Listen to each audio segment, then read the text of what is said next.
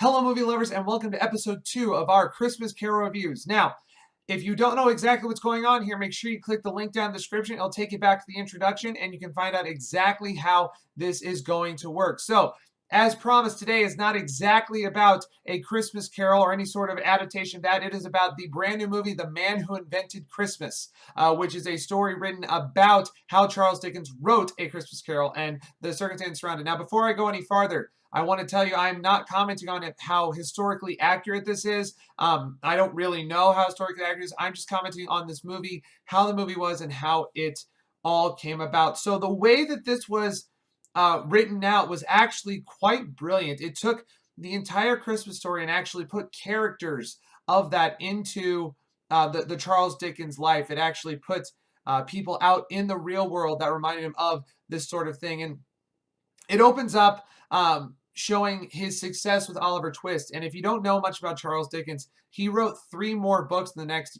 year and a half that all were complete trash. I mean, they were flops. They didn't do very well. But then all of a sudden, he gets this idea that he's going to write a Christmas story. And according to the movie, he gets it by watching one of his maids tell a ghost story about Christmas to his kids. And she says it's about a Scottish tradition where Christmas Eve is basically like Halloween, where there's a veil that's sprung between the worlds and the dead can come back and talk to him.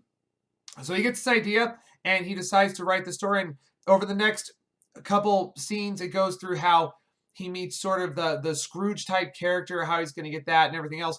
And it really just goes through from there, showing all the different aspects of how it would come together to create the story.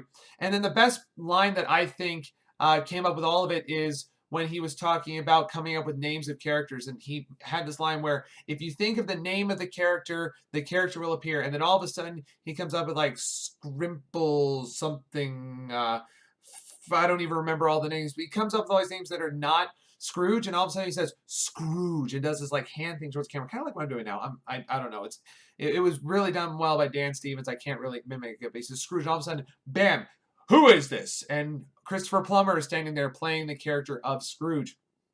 And then it goes through how sort of Scrooge's life mimicked Charles Dickens, and it was really just really well done on how that was. And you guys don't know this much about it because we haven't got onto this, but the Christmas Carol is one of my favorite Christmas stories. In fact, it is my favorite Christmas story of all time. It really embodies how Christmas is supposed to make people feel, that it can warm even the darkest of hearts, that it can make the stingy like this. And this whole movie does a fantastic job of showing parallels between the Christmas Carol story and and Charles Dickens' story with that. And I have to say, Dan Stevens, a very, very talented actor. I've enjoyed pretty much everything that he's been in, and he just has another fantastic job here. Also, like I said, stars Christopher Plummer.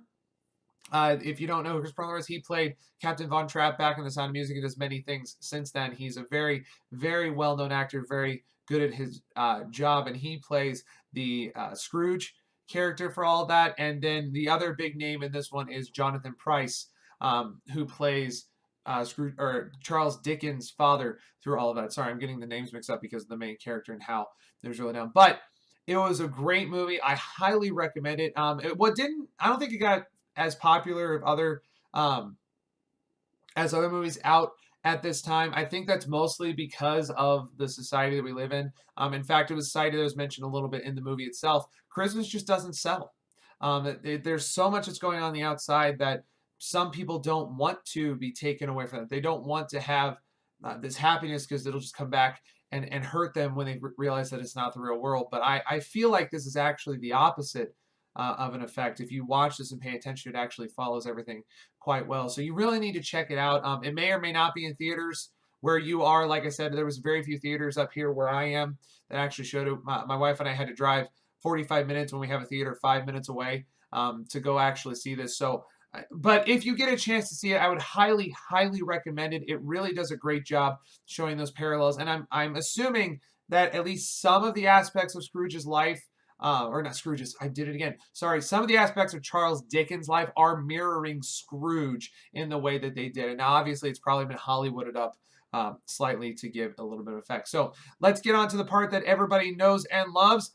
Was it a good movie? Yes, it was a good movie. They had a good plot to it.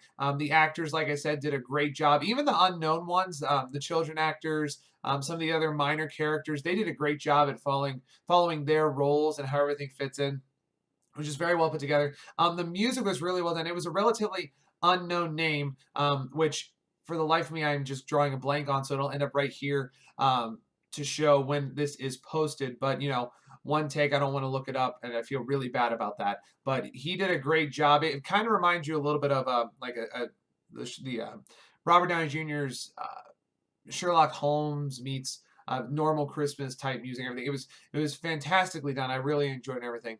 Was it entertaining? Yes. Yes. Not only did it tell a good story, not only did it follow everything that the actors and director were wanting, it was very, very entertaining. I felt myself on the edge of my seat, and I knew what when I started watching it, I knew kind of what it was going to be following like, but it was kind of on the edge of my seat of when is this line going to come in? How is this going to come? And whenever it happened, myself and another gentleman behind me actually in the theater started laughing every time one of those key lines came up and how it was used and everything like that. So yes, very entertaining. Now, would I recommend it? Well, if it's a good movie and it's entertaining, yes, I highly recommend it. You need to catch this. If not in theaters, definitely catch it at a Redbox or you can buy it or anything like that, whatever. And for an age range, the one thing I will say, I don't want to put an age on this so much. It was rated PG.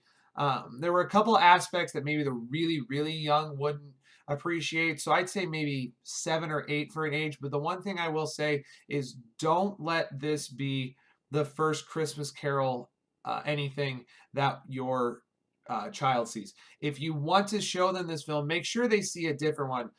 It doesn't matter what it is. It could be the Muppet Christmas Carol. It could be the Disney Christmas Carol. It could be the Jim Carrey Christmas Carol. It could be one of the one of the classics like the Albert Finney or the Alastair Sims or whatever. Just make sure this is not the first Christmas Carol they see. Make sure they know the story behind all of it and how that works. Otherwise, they just won't get very much out of this movie.